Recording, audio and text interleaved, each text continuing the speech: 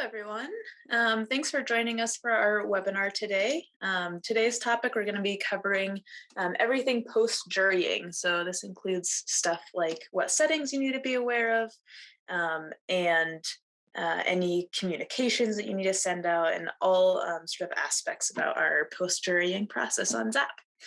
So I'm going to go ahead and get started. If anyone has any questions as I go, feel free to use the chat feature of ZAPP or of Zoom, and I'll answer those questions as we go. So today we're going to use our Snowy Range demo event. We have, if we go over to this jury administration page, we can see that we have no more applications that are being judged. We have gone ahead and moved all of our applicants out of the jury pool and into their various statuses. So we've invited people, we've not invited people. And now that that's done, we can change a couple of settings on the jury side. So this current jury status, it was in progress, and now we can change that to complete. And our second status here is our hide current artist status. And now that we're done, we can set this status to no, which will allow artists to buy their booths again. So we're going to go click the Save Jury Settings. And now our jury is officially complete. The next steps after you complete a jury would be to notify artists. Artists are not automatically notified of any status changes. So the only way that they would be notified, unless you email them, is by logging into their account and accidentally saying, oh, I have been invited or not invited. So you're going to want to make sure to send those emails as soon as you're done. So to send an email to a mass group of people, you're going to hover over the Events tab and click on the Communications menu item. From here, you can select which status you'd like to email. So we're gonna send out an email to the invited folks today. You can also filter these statuses further. So if you utilize our tags or flagged features, so maybe some of these invited artists need special instructions versus other ones. So then you can include only tagged. Maybe there's award winners and you need to tell them something different than you need to tell all of your other new applicants. Then you can separate those people out and include only your award winners, or exclude your award winners for to email everyone else besides award winners.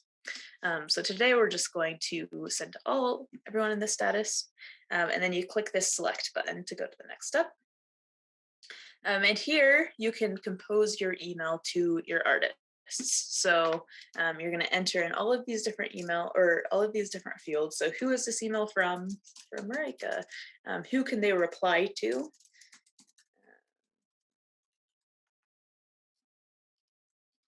Org. If you need to BCC anyone on these emails, if you would like to receive a copy of it yourself, you can do so. You can also choose a template. So it might also be nice, if you're still in your jurying process, to go ahead and come in here and create some templates for yourself. We have some ZAPP templates available for you to modify and save, but otherwise you can click this Edit Templates button, and you can see any templates that you have added already for this event. So if I click on template number 8, you can update the template title. So maybe this is the email you'd like to use to invite your artists. So you can change this internal title to invited. The subject line can be, whatever you need it to be. You've been invited. And then maybe your show name. Change to mode 2. And then you can sort of just type out your email as you need it to be sent. So hello, you've been invited. I'll keep this really simple.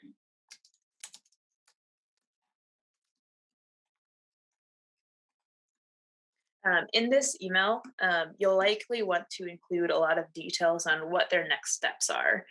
So how are they purchasing booths? What are there any other things that you need to send them to you to participate in your event? Are there any like setup things you want to tell them ahead of time?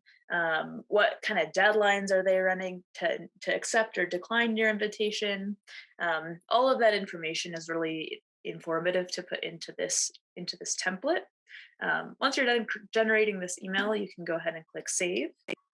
And then this template will save. So if I click on this invited, you'll see that it was saved. You can also then use that template by clicking in this template section drop-down list and selecting the internal title that you created. So if I click the invited, all of this information that I had just entered will be imported into this. We also, as I mentioned, have some ZAPP templates. So if I click on the ZAPP template invited, this will show all of the steps that you kind of need to use in ZAPP, specifically to use our workflows for an artist to like accept their invitation, and then how to purchase the booth. So all of these highlighted fields are things that you'll have to fill in yourself to find your show. So if I were doing this for the Snowy Range demo, I would grab this title and I would add it into all of these different highlighted fields. So what is your purchase deadline date? 5/1/2022. And then you can kind of just add all of this information in. And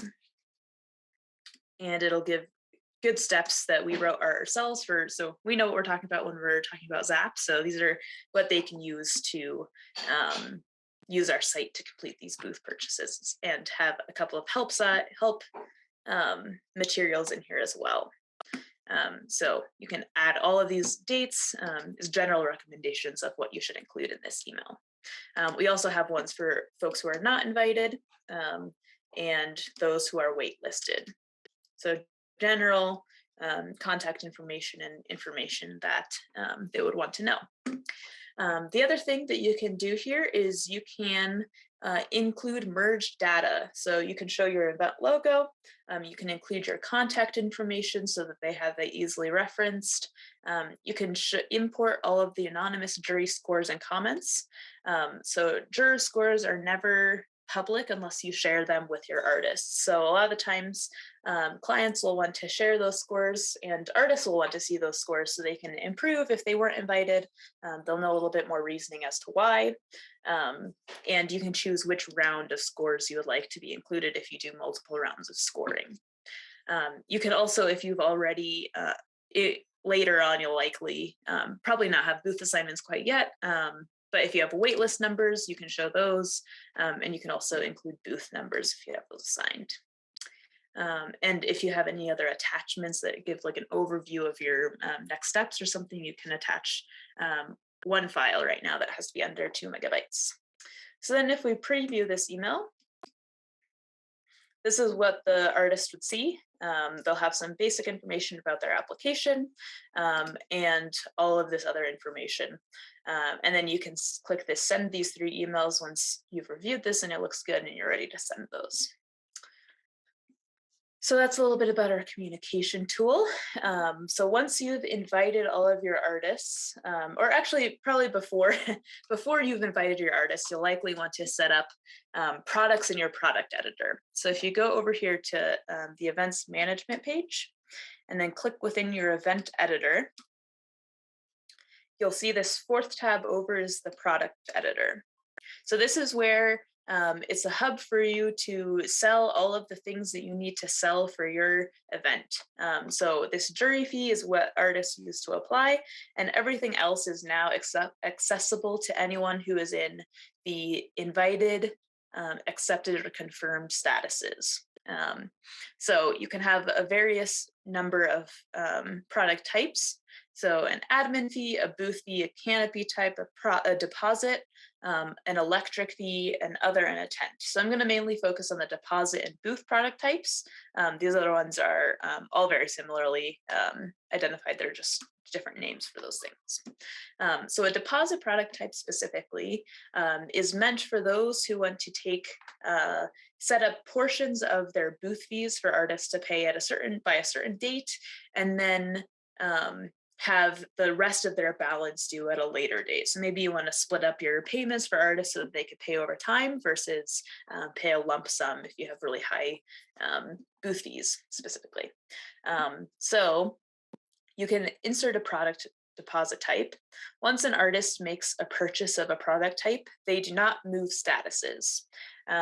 They will automatically receive a tag on their application that says deposit. So you know, once they've paid a deposit fee, they'll have that tag.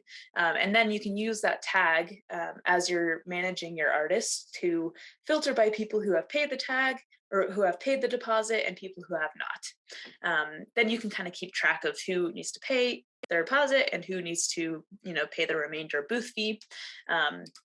Then the difference here between a booth fee is once artists make a purchase of a product type of a booth fee, their status is going to automatically change. If they were in the invited status or the accepted status when they bought their booth product type, they're automatically going to be moved over to the confirmed status. This is so that you can keep track of people who are in the various payment stages. So anyone who's in your confirmed status is anyone who has made a booth purchase. Anyone who is in your invited status hasn't made a booth purchase, they haven't accepted your invitation, you'll likely want to follow up to see on their status of participating in your event. And anyone who is in the accepted status has accepted your invitation, but they haven't made their booth purchase yet. So you're going to want to follow up and make sure that they're on top of that before your deadline hits. Another thing that I wanted to mention on our product editor is this override purchase deadline checkbox. This is going to take out our or override the product deadline purchase. So within the event information tab, all of these products are going to be available for artists until the accept invitation and purchase deadline. So for this instance, that's May 31st of 2023. So maybe 2022. So anyone will have access to make the purchase of their booth until May 31st, and afterwards they will not be able to make a purchase. And the exception there is any product that has the override purchase deadline box checked. This will take that deadline and sort of ignore it, and it'll make this product available until your event end date. Typically, this is something that you want to use for things that don't have a strict deadline. So things like maybe a poster for your event, or other like a t-shirt if you have t-shirts for your events that you're selling, or maybe like a lunch package, an opted-in lunch, something like that. Typically, I would recommend not using the override purchase deadline for your booth fees, because then artists get a little bit confused about when your deadline is for making this purchase of their booth fees. And if you have multiple days that you're trying to get people to pay, we always recommend just updating this deadline date as you go, so you can give people 2 weeks, and then if people are missing and you still have some time to collect those payments, you can update this deadline to whenever it works for you, and then artists will have a little bit more time to make those purchases. So that's a little bit of information about our products on ZAPP. Any active products will be accessible to artists, so if you don't want to make them accessible yet, you'll want to just deselect all of these active columns, and then you can kind of make modifications as you go. And once you're ready for artists to see them, go ahead and make these active and save your products. Yeah, so the next thing that we're going to cover today is a couple of different add-on features that we have on ZAPP. So these are two fairly new features that we have on ZAPP that you can use, more so for people who are invited and people who are actually attending your festival. So our first one that we're going to talk about is the ZAPP Gallery. So the gallery is an additional feature that you can purchase for creating an automatic gallery of your artists. So this page, so we're going to go to the active URL here. Okay, so if we try to find gallery range now, we can view this event gallery. So this is a little bit about what that page looks like. It'll pull in all of the images that artists applied with. People will be able to click on an image and see more information about this specific artist. They can see any other shows that are participating and also have the gallery active. They'll be able to find the name of the image that they chose, their medium. They'll be able to visit the artist's website directly. And then they can click through to see all of the other images of this artist, and they'll be able to click onto the next artist. So this just brings in all of those applications and makes it into a nice view for patrons to look at for any other use case that you have there. So to do that, you can come over to the gallery details tab once it's active, and there's some embed code down here. So you can modify this as needed, but embed it into your website, and then it'll just populate into your own website. Any changes you make on ZAPP will automatically appear in all across the galleries. So you can kind of make that an option for you. You can also display various details of your event. So your event dates, your location, your website, a little summary for anyone who's visiting this page. And those are all customizable up here in the top section, so you can make it really customized to what you need. You can also search and filter people by location. So if you only want to look at people in Colorado, you can search for that and see all of the people. Or filter further by medium categories or other various vendor options there. So that's a little bit about our gallery. So Onsite is our option to jury at your event. So it is a mobilized version of a scorecard that you can customize to set up to jury all of the booths at your event. So they'll be able to see the show that they're scoring. And then within this, they'll see all of the people who have been assigned a booth. And they'll be able to sort this by booth ascending, and then access the scorecard. So they'll tap on the icon there, and they'll be able to give a score for this booth. So they'll look into the booth, they'll talk to the artist, they'll see the work, and they'll give a score. All of these three options here are customized scores, and you can weight them. So for this one, I gave, I think 40% of the score is for originality, 50% is overall, and booth setup is worth 10%. So if I score this, this is also set on a scale of 1 to 100, which is also customizable. So you can do like a yes, no, maybe. You can do a 1 to 10. You can do a 1 to 5. However you score. Then you can give your score. It'll automatically create what the average score is based on the weights, and judges can leave any comments. And they would also have access to show any thumbnails. So this is what the artist applied with. How does it relate to what they are looking at in the actual booth? Did they submit an application, or is it not something that looks the same? They'll also be able to see the description of materials and technique that they submitted, and they can also flag any booths that they want to come back to, or revisit later, talk to someone else about. Then once you click your save button here, you'll see an overview of what this score looks like. Then they can kind of come back and they'll go into the next booth. Maybe this booth is someone they know, so they can't score it. Then they can give a no score given and click save. Then you know that they didn't give a score.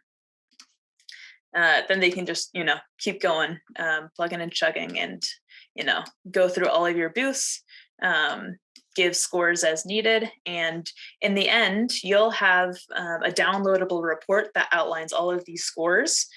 It'll be just an Excel format, and then you can analyze that data to figure out who your award winners are, or who was best in show, or all of those different criteria that you might need to figure out.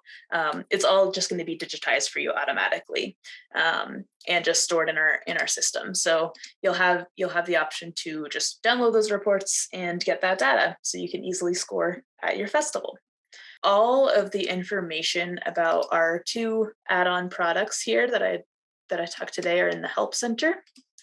So you can find all of this information on our add-ons page.